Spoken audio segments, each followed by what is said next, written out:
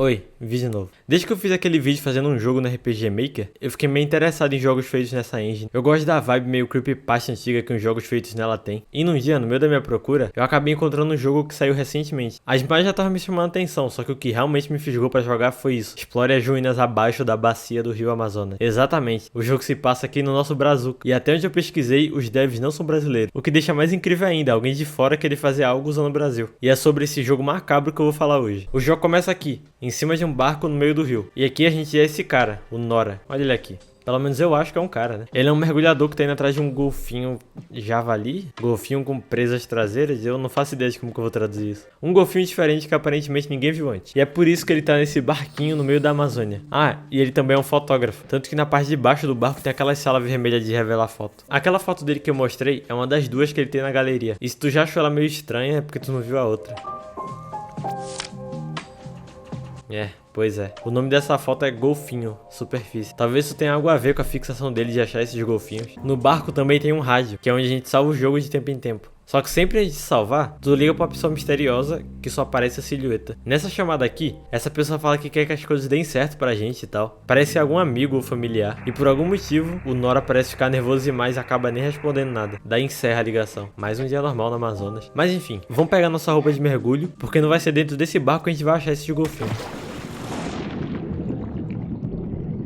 Uma curiosidade, esse jogo foi feito para um Game Jam, que pra quem não sabe, é basicamente um campeonato de fazer jogo. Normalmente os participantes têm uma semana ou um mês para fazer um jogo inteiro, e o melhor jogo vence. Ou menos pior, né, porque para fazer um jogo nesse tempo. E o tema da Game Jam que esse jogo participou é talassofobia, que é o medo do mar. O que essa informação vai mudar na sua experiência? Bom, eu não tenho certeza... Ah, calma, um peixe.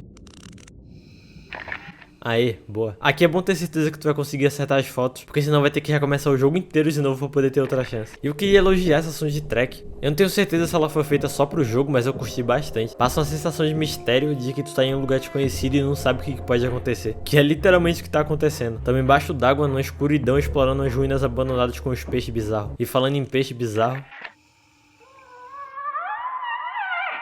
Me caguei. Ai, mas tu ficou com medo de um boto. Tu já viu um boto? Olha se não parece que ele vai te puxar pro fundo do rio, virar um gostoso pegar tua mulher. Boto não é bicho que se confie. Mas esse daqui não falou nada, basicamente. Ele disse que explicar algo pra gente não beneficia ele em nada. Fez eu me cagar pra não dizer bosta nenhuma. Mas enfim, em alguns lugares dessas ruínas, dá pra tu voltar pro barco. É importante fazer isso porque nesse jogo o oxigênio não é infinito. E também pra revelar as fotos que tu tirou. Tipo as esculturas, o boto cor-de-rosa, a entidade maligna sombria na escuridão te observando, um peixe, esse tipo de coisa que todo mundo vê numa viagem normal pra Amazônia. Mas tá, agora sobre esse boto falante, acho que todo mundo aqui sabe que os botos normalmente não falam, e normalmente não são tão assustadores assim.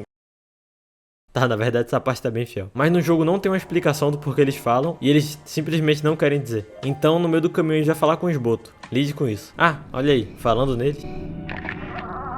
Olá. Eu não vejo muitos humanos por aqui. Eu também não vejo muitos golfinhos falantes. E dessa vez a gente encontra um boto com delineado. Uma coisa curiosa sobre esses botos é que eles parecem saber muito sobre a gente. Parece que já nos conhecem ou observam de algum tempo. Ele até diz que conhece a gente mais do que nós mesmos. E diz que a gente só esqueceu tudo que aconteceu antes, mas que as coisas vão fazer sentido no futuro. E não tô falando só desse boto. Os outros também agem assim. Imagina se não é a primeira vez que a gente vem aqui. Talvez a gente já veio antes, mas algo aconteceu que tirou nossas memórias. E se a gente estiver num loop entre vir, encontrar algo, esquecer esse algo e vir aqui de novo? Eu não faço ideia do que eu tô falando, é só uma teoria. Mas depois ela só disse que a gente era chato. Daí o boto botou a gente pra fora.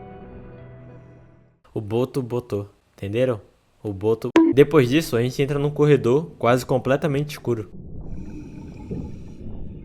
Até que chegamos numa porta vermelha, que quando a gente passa... Lá está ela, como uma boneca de porcelana. Não tem um restaurante embaixo d'água. Não tente pular no rio pra procurar porque tu só vai achar aquele peixe que entra na pingola. Aparentemente isso são memórias do Nora, antes de sair pra expedição. E essa aqui do lado dele é a 10, a namorada dele. Aparentemente essa 10 não é de 10. É do Nora. Ela comenta que ficou sabendo por um amigo que o Nora ia ter que viajar a trabalho. Daí começa meio com uma briga entre os dois, porque o Nora não tinha dito que ia viajar, porque tava com medo da reação dela. Mas no fim acaba tudo bem, com ele prometendo que ia voltar pra ela e ele se beijando, essas coisas melosas que eu e meus manos do rock odiamos. Boys Power. Tá, eu acho que já dá pra tirar umas coisas disso aqui. Então aquela pessoa que falava com a gente no rádio era ela. E como a gente é namorado, é normal que a gente fique se comunicando enquanto estamos longe um do outro. Mas o flashback só acaba e aparece isso. Eu nunca mais serei o mesmo depois desse jogo. Antes eu achava que o ser mais assustador das águas era o tubarão. Eu era ingênuo. A gente aparece caindo e com um boto atrás, que eu diria que é quem tá falando com a gente agora. Ele pergunta pra gente o que faz uma pessoa boa. Ação consciente, percepção sobre os outros ou toda pessoa é igual. Então ele diz que não deveríamos ter chegado até aqui e fala pra gente não morrer. Ou melhor, pra não sermos mortos. Eu acabei não citando, mas um dos botos lá atrás, depois que eu perguntei se os outros eram tão amigáveis quanto ele respondeu que alguns podem preferir falar do que lutar, mas não conte com eles serem tão amigáveis quanto eu. E esse aviso não poderia estar mais certo. A gente cai numa sala onde tem outra daquelas portas vermelhas, só que essa tá trancada. Então precisamos ir atrás de uma chave, clássica mecânica de RPG Maker. Só que no caminho, eu vi que tinha uns armários e que dava pra entrar pra se esconder. Na hora que eu vi isso, juntando com a frase do boto de antes, acho que já dava pra entender o que ia rolar aqui, né? Se tem onde se esconder, é porque tem do que se esconder. Depois de andar um pouco, aparece um boto que parece estar comendo alguma coisa e um negócio brilhando do lado dele. Quando eu vou tentar pegar... Relaxa, eu também me caguei. Daí eu corri direto pro armário e a música parou. Ufa, ainda bem que esse golfinho é burro e não me viu entrando. Ai, cacete! Aí eu tentei sair correndo, só que o bicho tirou todo o meu oxigênio e eu virei estatística. Tá. É aqui que a ação começa. Eu acho que eu já falei aqui, mas a minha maior fraqueza em jogo de terror é perseguição. Isso me dá um cagaço enorme, não importa o que esteja correndo atrás de mim. Mas com muito sufoco e no final do oxigênio eu consegui despistar esse bicho. Agora eu preciso subir pra usar o rádio e salvar o jogo, porque eu não quero ter que passar por isso de novo. Oxe, tem um rádio embaixo d'água funcionando.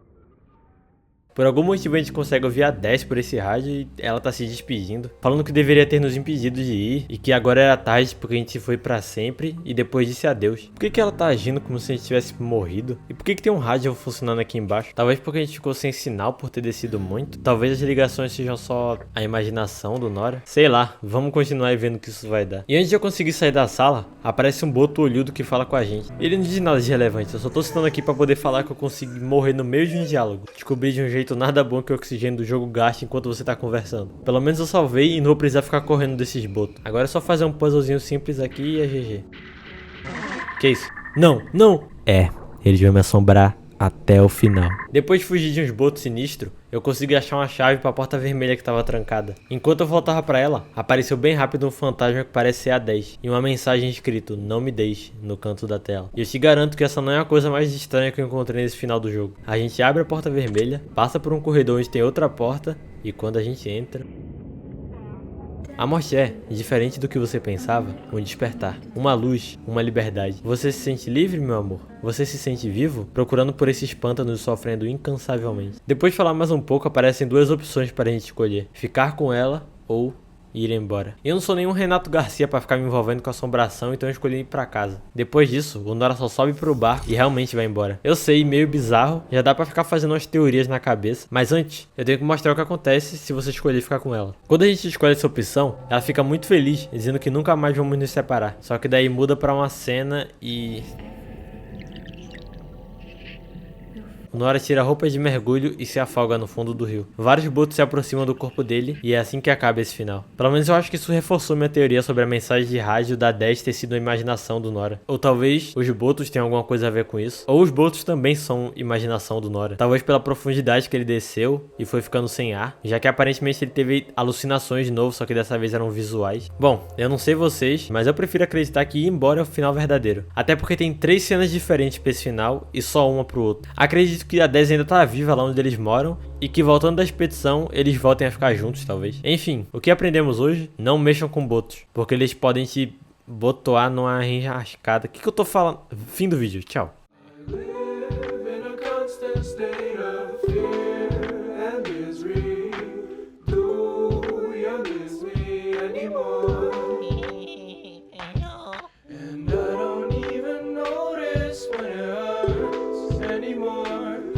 Anymore.